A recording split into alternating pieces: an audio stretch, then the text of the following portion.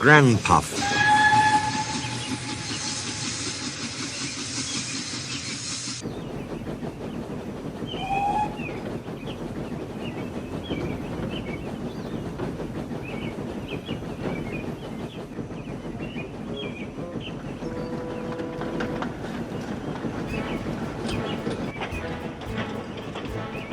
Once upon a time, 3 little engines lived in their own little shed on their own little railway.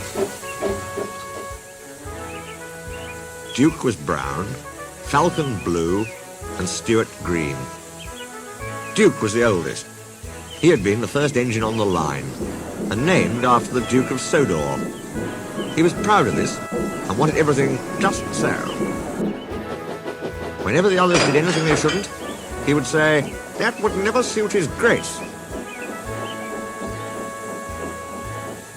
Other engines came and went, but Duke outlasted them all. Stuart and Falcon used to call him Granpuff. Duke was fond of them and tried to keep them in order. They were fond of him too, as he was so wise and kind. But they did get tired of hearing about his grace.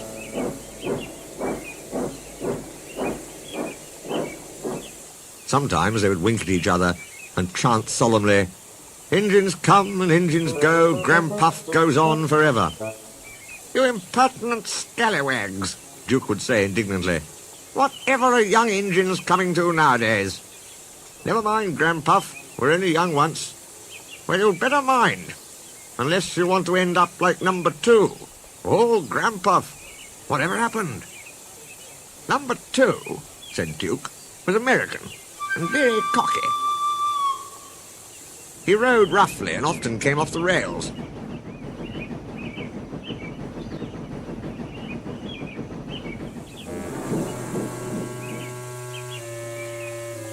I warned him to be careful.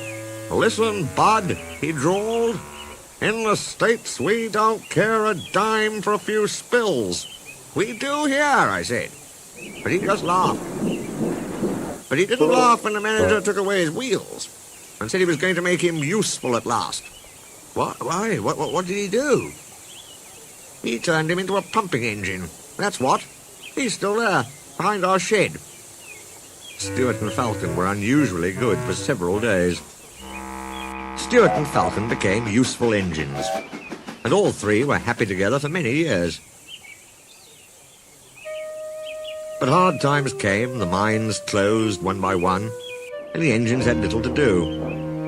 At last their line was closed, and people came to buy the engines. "We'll take Stuart and Falcon," they said. But no one wanted Duke. They thought him too old. "Cheer up, Granpuff," called Stuart as they went away.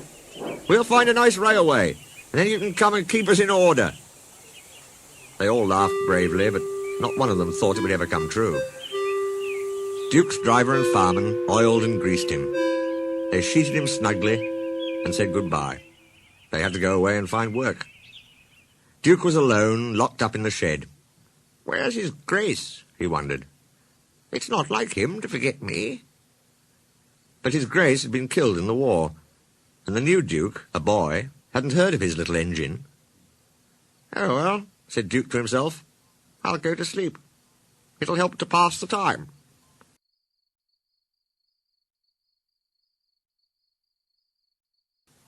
Years passed. Winter torrents washed soil from the hills over the shed. Trees and bushes grew around. You wouldn't have known a shed was there, let alone a little engine asleep inside it.